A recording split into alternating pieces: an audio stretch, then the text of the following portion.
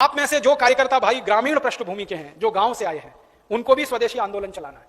उनको स्वदेशी आंदोलन क्या चलाना है? अपने गांव में विदेशी कंपनियों की सबसे ज्यादा बिकने वाली जो चीज है वो है रासायनिक खाद, जिसको हम यूरिया कहते हैं, डीएपी कहते हैं, सुपर फॉस्फेट कहते हैं, और रासायनिक कीटनाशक जिसको एंडोसल्फान कहते हैं, मेलाथियान कहते हैं, पैराथियान कहते हैं, बेंजीन हेक्साक्लोराइड कहते हैं। तो ये विदेशी कंपनियों के कीटनाशक और रासायनिक खाद ये किसानों के बीच में सबसे ज्यादा खरीदी जाती है, और एक साल में 4,80,000 करोड़ रुपए की खरीदी जाती है रासायनिक खाद और कीटनाशक।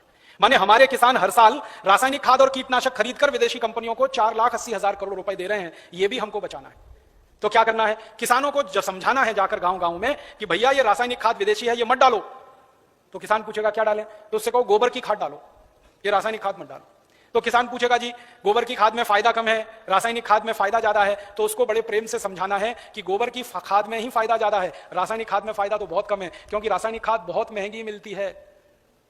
पहले एक कट्टा रासायनिक खाद मिलती थी 70 रुपए में, अब एक कट्टा रासायनिक खाद मिलती है 350 रुपए में, 300 रुपए में, 350 रुपए में, और कभी कभी ब्लैक हो जाए तो 500 रुपए में यूरिया। और हर साल कीमत बढ़ती जाती है। क्यों? क्योंकि ये रासायनिक खाद बनती है उन वस्तुओं से जिनको पेट्रोलियम प्रोडक्ट्स कहा जाता है, और सारे पेट्रोलियम प्रोडक्ट्स जिसको नेफ्था कहते हैं वो विदेशों से आता है। इसका पैसा पूरा विदेश में जाता है। किसानों को समझाइए ये कि बहुत महंगी पड़ती है। और इसकी महंगाई पता है दूसरी क्या है? एक बार आपने खेत में 1 कट्टा यूरिया डाल दिया तो अगली बार 2 कट्टा डालना पड़ेगा, 2 बोरे डालना पड़ेगा, और एक बार 2 बोरे पड़ गया तो अगली बार 3 बोरे डालना पड़ेगा, एक बार 3 पड़ गया तो फिर 4 डालना पड़ेगा। हर बार बढ़ता ही जाता है, बढ़ता ही जाता है, बढ़ता ही जाता है, खर्चा बढ़ता जाता है। और मालूम है रासायनिक खाद बहुत गर्म होता है। गर्म रासायनिक खाद यूरिया डीएपी आप डालते हैं, मिट्टी पूरी चटक जाती है गर्मी के कारण, तो पानी ज्यादा देना पड़ता है। गोबर की खाद लगा के खेती करें तो गेहूं की फसल लेने में 3 पानी लगता है। यूरिया डीएपी डालकर अगर गेहूं की खेती करें तो 5-6 बार पानी लगाना पड़ता है। पानी का खर्चा बढ़ जाता है, और पानी का खर्चा बढ़ेगा तो पानी तो जमीन में से ही निकालना पड़ता है। जमीन से ज्यादा पानी निकाल के आप खेतों में डालते रहेंगे तो पानी का तल नीचे नीचे नीचे नीचे होता चला जाता है। पहले पानी 25-30 फुट पे मिलता था, अब पानी 900 फुट तक नहीं मिलता खेतों में। तो किसानों को समझाइए कि यूरिया डालने से बड़ा भारी नुकसान है। एक तो हर साल खाद की मात्रा बढ़ानी पड़ती है, खर्चा बढ़ता है। दूसरा, हर साल पानी की मात्रा बढ़ानी पड़ती है, वो खर्चा बढ़ता है। और जहां पानी निकालने के लिए बिजली नहीं है वहां डीजल पंप चलाना पड़ता है, तो डीजल का खर्चा बढ़ता है। और डीजल कभी भी महंगा होता रहता है। एक जमाने में 7 रुपए लीटर मिलता था डीजल, अब 35 रुपए लीटर। 2-4 दिन के बाद ये 40 रुपए लीटर होने जा रहा है। फिर हो सकता है साल 1.5 साल में 100 रुपए लीटर हो जाए। किसान कहां जाएगा? मर जाएगा वो तो डीजल का खर्चा करते करते। और फिर एक और नुकसान होता है कि ये यूरिया डीएपी जब हम खेत में डालते हैं तो मिट्टी में ये केमिकल घुल जाते हैं, और मिट्टी में घुल गए तो पौधे की जड़ में आ जाते हैं, पौधे की जड़ से पौधे के तने में आ जाते हैं, पौधे के तने से पौधे के फल में आ जाते हैं, पौधे के फल में आ जाते हैं तो फिर वही फल हम खाते हैं, हमारे शरीर में आ जाते हैं। और हमारे शरीर में अगर ये जहर आ गया तो हमारी माताएं तो पूतना हो जाती हैं। आपने पूतना की कहानी सुनी? कृष्ण भगवान को जहर पिलाने के लिए आई थी। आज हमारी माताओं के दूध में जहर आ चुका है। अपने अपने बच्चों के लिए वो पूतना की स्थिति में है। आज हमारे देश की कई संस्थाओं ने माताओं के दूध का परीक्षण करवाया है, तो माताओं के दूध में वो सारे केमिकल हैं जो यूरिया में हैं। माताओं के दूध में वो सब केमिकल हैं जो कीटनाशक दवाओं में हैं, क्योंकि भोजन हम कर रहे हैं, भोजन के साथ वो शरीर में जा रहे हैं। और यही केमिकल हैं जो आपको कैंसर पैदा करवा रहे हैं, जो आप में डायबिटीज दे रहे हैं, जो आप में हाई ब्लड प्रेशर दे रहे हैं, हाइपरटेंशन दे रहे हैं। 148 किस्म की बीमारियां इन जहरों से पैदा होती है। इसलिए किसानों को समझाओ कि ये यूरिया डीएपी का जहर एक तो विदेशी है, ये बंद करो। दूसरा, ये शरीर को नुकसान देता है, इसलिए बंद करो। तीसरा, ये पैसे का नुकसान करता है, इसलिए बंद करो। तो किसान पूछेंगे भाई क्या करें? तो उनसे कहो गोबर का खाद डालो। अब किसान क्या पूछेगा आपको? सबसे पहले वो कहेगा गोबर के खाद से तो उत्पादन नहीं होता। तो उससे कहो गोबर के खाद से भी उत्पादन बहुत अच्छा होता है। यूरिया डीएपी से जितना नहीं होता उससे तो ज्यादा गोबर के खाद से होता है।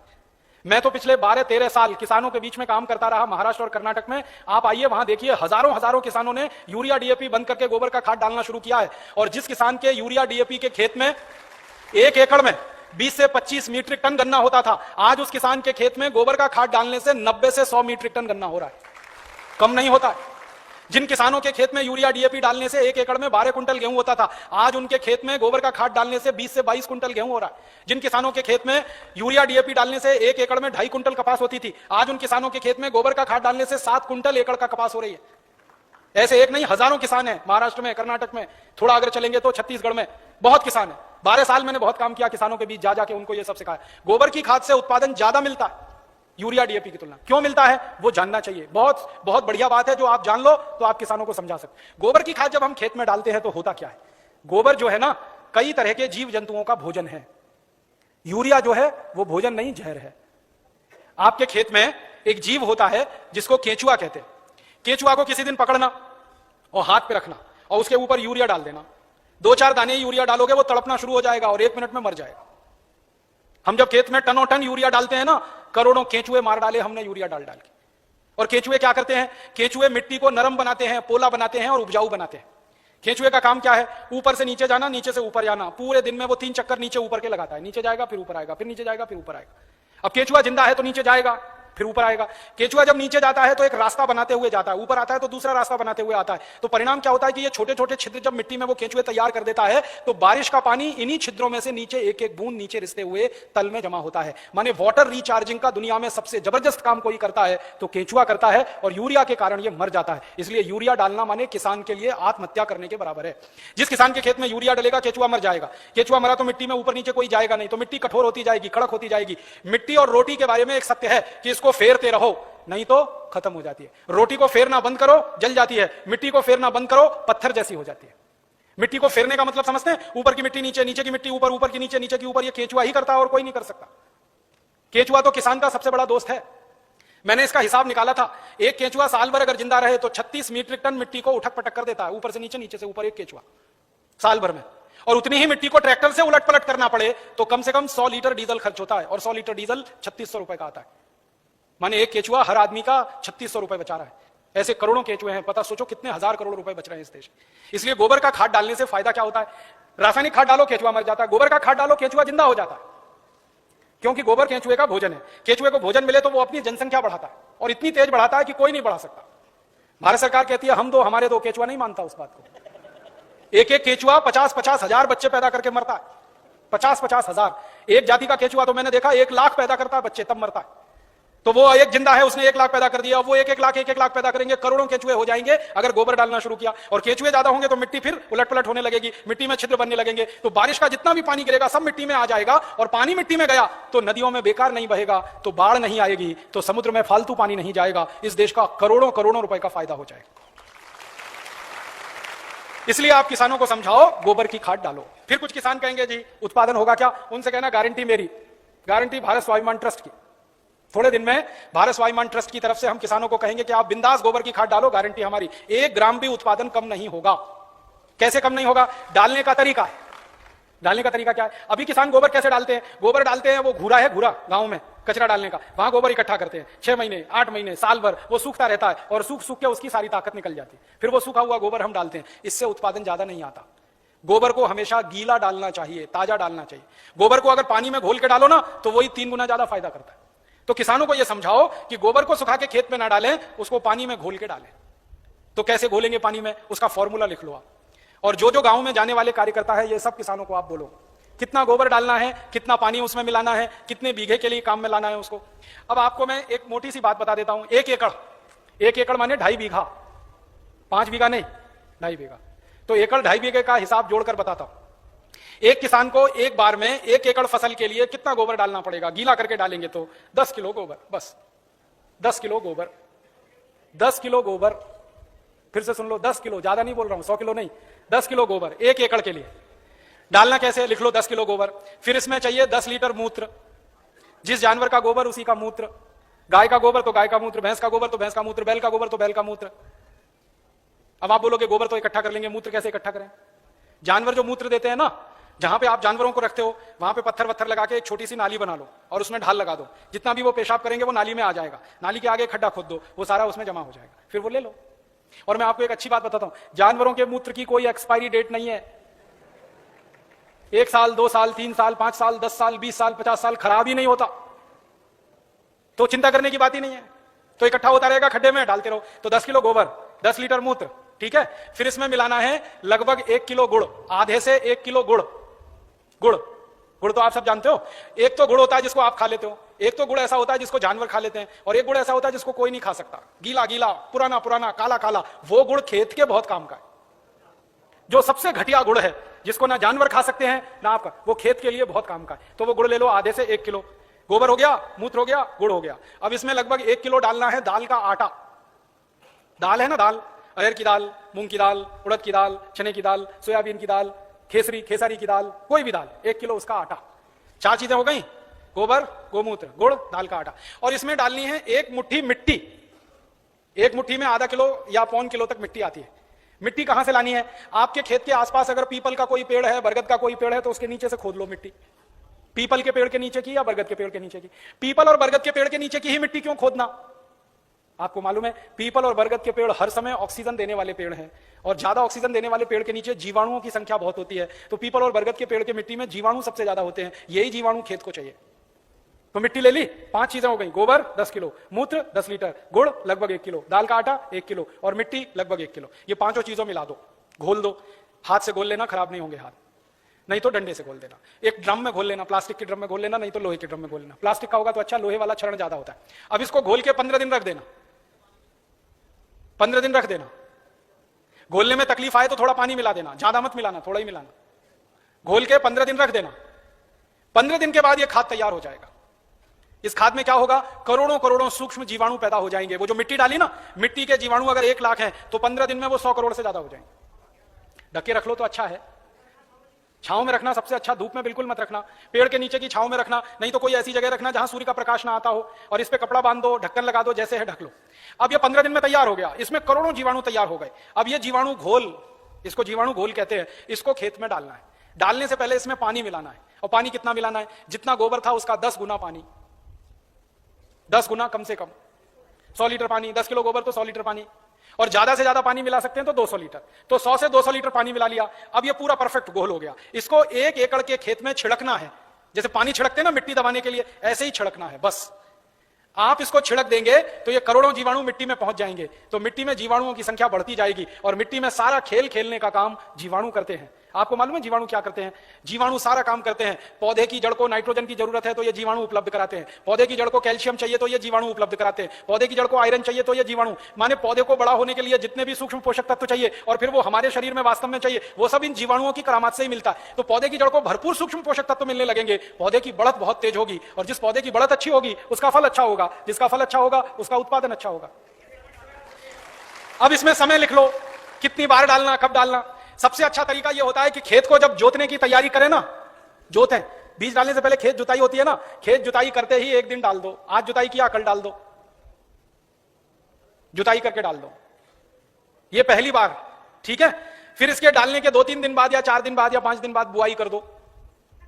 है कितना डाल सकते हैं बताया ना, 1 एकड़ में जितना तैयार हुआ 200 लीटर, वो तो आपने इसको जोत के 1-2 दिन में डाल दिया। फिर बीज बो दो, बीज बोने के 21वें दिन में फिर डाल देना। आज बीज बोया तो ठीक 21 दिन बाद एक बार फिर डाल देना। क्या होता है ना, बीज में से अंकुरण होता है, और अंकुरण होने के 21वें दिन तक वो मिट्टी की ताकत से बढ़ता है। फिर 21 दिन के बाद वो सूर्य की ताकत से बढ़ना शुरू हो जाता है, फोटोसिंथेसिस जिसको कहते हैं, प्रकाश संश्लेषण की क्रिया। सूर्य ताप से खाना बनाना शुरू कर देता तो बढ़त तेज हो जाती है। तो और आप मोटी सी एक बात याद रखो कि हर 21वें दिन पर डाल देना। आज डाला, 21 दिन बाद डाला, फिर 21 दिन बाद डाला, फिर 21 दिन बाद डाला। तो एक फसल अगर आप समझ लो 4 महीने की है तो लगभग 5 बार डालना पड़ेगा। कोई फसल 6 महीने की है तो 7-8 बार डालना पड़ेगा। 8 महीने की है तो 10-1 बार डालना पड़ेगा। अब इसमें खर्चा क्या है, जानवर अगर घर के हैं तो गोबर फोकट का, मूत्र फोकट का, गुड़ मैं कह रहा हूं सबसे सड़ा हुआ जिसको फेंक देते हैं वो भी फोकट में मिल जाएगा, पानी तो फोकट का है ही, थोड़ा दाल वाल लेना पड़ेगा तो उसका खर्चा आएगा, लेकिन किसान अगर दाल पैदा करता है तो वो भी घर की हो जाएगी। माने खाद बनाने का खर्चा लगभग 0 आएगा, मेहनत लगेगी, पूंजी में पैसा कम से कम खर्च होगा। और ये खाद जो तैयार होगी इसमें जबरदस्त क्वालिटी है, क्योंकि इसमें कैल्शियम भरपूर, आयरन भरपूर, फास्फोरस भरपूर। क्या क्या इसमें है, गोबर है, गोबर में कैल्शियम है, आयरन है, सल्फर है, सिलिकॉन है, कोबाल्ट है, मैग्नीशियम है, मैग्नीज है, 18 सूक्ष्म पोषक तत्व हैं जो चाहिए मिट्टी को। फिर गुड़ है, गुड़ में जबरदस्त फास्फोरस है, गुड़ में जबरदस्त कैल्शियम है, फिर मूत्र में ये सब है। तो जो सूक्ष्म पोषक तत्व हमें चाहिए वही मिट्टी को चाहिए, वो सब इस खाद में भरपूर है। यूरिया में नहीं है, डीएपी में नहीं है। यूरिया में कैल्शियम नहीं है, डीएपी में कैल्शियम नहीं है। और कैल्शियम सबसे प्रमुख आधार है मिट्टी के लिए, क्योंकि खेत में कैल्शियम होगा तो पौधे में होगा, पौधे में होगा तो फल में होगा, फल में होगा तो भोजन में होगा, भोजन में होगा तो शरीर में होगा, शरीर में होगा तो हड्डियां मजबूत, हड्डियां मजबूत तो शरीर मजबूत। ये सारा साइकिल इसी कैल्शियम के उस पे है। तो ये तो गोबर की खाद से ही मिलेगा, यूरिया डीएपी से मिलने ही वाला नहीं है। तो किसान को ये समझाइए आप। अब आपको समझ में आ गया, हर 21 दिन में डालना है, जबरदस्त फसल आएगी। पहली बार जब आप डालोगे ना तो किसान थोड़ा झिझक करेगा, उसको भरोसा नहीं है, विश्वास नहीं है, तो उसको कहना कि भाई तुम डालो, नुकसान तुम्हारा नहीं होगा। मैंने बहुत किसानों का हिसाब निकाला है, खराब से खराब खेत में जब गोबर का खाद डालते हैं ना तो गेहूं का उत्पादन पहले साल की तुलना में थोड़ा ही कम आता है, लेकिन उत्पादन जितना कम आता है उससे ज्यादा खर्चा बच जाता है, तो वो बराबर मामला बैठता है। हम यूरिया डीएपी में खर्चा करते हैं हजारों रुपए का, तब उत्पादन लेते हैं, यहां खर्चा ही नहीं है, थोड़ा उत्पादन कम भी हुआ तो फायदा ही है, नुकसान कुछ नहीं, इसलिए किसी किसान का नुकसान नहीं। और 2-3 साल लगातार आपने डाल दिया तो उत्पादन बढ़ना शुरू हो जाता है, लगातार बढ़ता है। और 10-12 साल में तो कई खेत ऐसे हैं जहां उत्पादन सीधे डबल हो जाता है, 100% की बढ़ोतरी हो जाती है। नहीं नहीं, छानने की जरूरत नहीं है, ऐसे ही डालो, उसमें जितना कचरा है सब खेत में जाने दो, क्योंकि कचरे में जीवाणुओं की संख्या और तेजी से बढ़ेगी, छानने की जरूरत नहीं है। अब आप डालोगे कैसे, ये प्रश्न है। तो उसके लिए 4 विधि है। पहली विधि ये है कि सीधे डब्बा लो और छिड़काव करो खेत पे, भरो और छिड़क दो, भरो और छिड़क दो। अब कहोगे जी खेत बहुत बड़ा है, ये तो नहीं चल सकता, तो दूसरा तरीका बताता हूं। खेत में पानी लगाते हैं ना, पानी में डाल दो, नाली में से पानी जा रहा है ना, एक टंकी में भर के ये खाद रख दो, उसमें नल लगा दो, टोटी खोल दो, टपक टपक पानी में गिरता रहेगा, खेत में चला जाएगा। ये दूसरा तरीका। तीसरा तरीका यह है कि अगर किसी के घर में जानवरों की संख्या ज्यादा है तो गोबर ज्यादा होगा उसके पास, तो थोड़ा सा गोबर तो इसमें इस्तेमाल हुआ, बचे हुए गोबर का क्या करेंगे, तो बचा हुआ गोबर अगर सूखा है तो उसको इसी में डाल देना 15 दिन के बाद 200 लीटर पानी मिला के, तो वो गोबर भी गीला हो जाएगा। गीले गोबर के लड्डू बना लो और लड्डुओं को खेत में फेंक दो, तो खाद पहुंच जाएगा। और एक तरीका है, खेत में से मिट्टी खोद लो, मिट्टी खोद लो, मिट्टी में ये पूरा घोल मिला दो, मिट्टी गीली हो गई, मिट्टी के लड्डू बना लो, लड्डुओं को खेत में फेंक दो, तो खाद पहुंच जाएगा। तो पानी के साथ दे सकते हैं, छिड़क के डाल सकते हैं, गोबर या मिट्टी को लड्डू बना के डाल सकते हैं। और एक आखिरी तरीका है, स्प्रे मशीन अगर अपने पास है तो उसका आगे से नोजल निकाल दो, नोजल निकाल दो, फिर उससे स्प्रे कर दो। अब इसमें ध्यान ये रखना है कि ये फसल पे स्प्रे नहीं होगा, ये जमीन पे होगा, मिट्टी पे होगा। फसल पे डालने से फायदा नहीं मिलेगा, मिट्टी में डालना है इसको। तो अगर फसल ऊंची है तब कैसे डालेंगे, तब तो पानी लगाओगे तभी डालना सबसे अच्छा है। इसमें एक तरीका यह है कि खेत का मुहाना होता है ना, जहां से पानी घुसता है, वहां एक आदमी को बिठा दो, डब्बा लेके पटकता रहेगा, उसमें पानी के साथ जाता रहेगा, और पानी के साथ पूरे खेत में बराबर मात्रा में जाता है, और रिजल्ट उसका सबसे अच्छा आता है। और एक तरीका है इसको डालने का, अगर आपके घर में गोबर का वो बनाते हैं ना, क्या कहते हैं उसको, कंडा कहते हैं, उपला कहते हैं, क्या कहते हैं, कंडा उपला जो भी कहते हैं, उसको जलाते हैं, जलाने के बाद राख निकलती है ना, वो राख इकट्ठी कर लो और ये घोल और राख मिला दो और फिर लड्डू बन जाएंगे, फिर खेत में छिड़क दो, तो इसका तो जबरदस्त उत्पादन आता है। क्योंकि जो राख है ना, इसमें कई केमिकल अतिरिक्त हैं जो गोबर और गोमूत्र से भी ज्यादा है। तो यह तरीका समझ में आ गया। हर 21 दिन पे डालेंगे, 4 महीने की फसल है तो 5-6 बार डालना पड़ेगा, 6 महीने हैं तो 7-8 बार। इसी तरह से पूरी खेती होती रहेगी। गोबर किसी भी जानवर का, गाय का हो, भैंस का हो, बैल का हो, बकरी बकरे का हो, गधे घोड़े का हो, हाथी ऊंट का हो, कोई भी हो, सब चलेगा। मूत्र भी किसी जानवर का, ठीक है। और आधा आधा मिले तो वो भी चलेगा, गाय का आधा ले लिया, भैंस का आधा, किसी के पास गाय नहीं हो, किसी के पास भैंस नहीं हो, एक एक गाय एक एक भैंस, और खेत बड़ा है तो आधा आधा, सब मिक्सिंग करके चलेगा। बस एक ही सावधानी रखना कि जो जो गाय का गोबर लो तो वो देशी गाय हो तो अच्छा होगा, जर्सी का फायदा पूरा नहीं करेगा। और जर्सी का ही गोबर है तो उसमें देशी का मिला लेना, नहीं तो कोई फायदा नहीं करेगा। जर्सी गाय है, उसका गोबर है, उसमें देशी गाय का 1-2 किलो गोबर मिला लेना, वो वैसे ही काम करता है जैसे 100 किलो दूध में 1 चम्मच दही डालो तो पूरा दूध दही हो जाता है। वैसे ही 100 किलो जर्सी गाय के गोबर में 1 किलो देशी का डाल दो तो देशी गाय के जीवाणु अपनी संख्या अपने आप बढ़ा लेते हैं। और धीरे धीरे मेरी बात मानो तो जर्सी गाय बेचते जाना, देशी लेते जाना, क्योंकि ये जर्सी गाय के दूध में दम नहीं है। आपको मालूम नहीं है, दुनिया में भारत को छोड़कर जर्सी गाय का दूध कोई देश नहीं पीता। डेनमार्क में सबसे ज्यादा जर्सी गाय है, डेनमार्क वाले दूध ही नहीं पीते। क्यों नहीं पीते? कैंसर होने की संभावना है जर्सी गाय के दूध से, घुटनों का दर्द तो तुरंत हो जाता है, बड़ी बड़ी बीमारियां होती हैं। और जर्सी गाय को एक खतरनाक बीमारी होती है, मैड काउ डिसीज, उस बीमारी के चक्कर में दूध भी उसका प्रदूषित होता है, इसलिए जर्सी का दूध दुनिया में कोई नहीं पीता। डेनमार्क की सरकार तो दूध ज्यादा होने पर समुद्र में फिकवा देती है। आपको सुनकर हैरानी होगी, डेनमार्क में दूध बहुत है, चाय बिना दूध की पीते हैं सबके सब, क्योंकि वो दूध उनको खराब लगता है। तो जर्सी गाय बेच के देशी लेते जाना, भैंस हो तो उसका तो चल जाएगा, बैल का चल जाए। अब एक आखिरी चीज और बता दूं, उसको आप लिख लो, ये तो हुआ खाद। अब किसान कहेगा कीड़ा लग गया, तो कीड़ा लग सकता है ना, तो उसका भी एक फॉर्मूला लिख लो। कीड़ा अगर लगता है, कीट लगता है, तो उसकी दवा भी हम खुद बना के छिड़क सकते हैं, पैसा खर्च करने की जरूरत नहीं।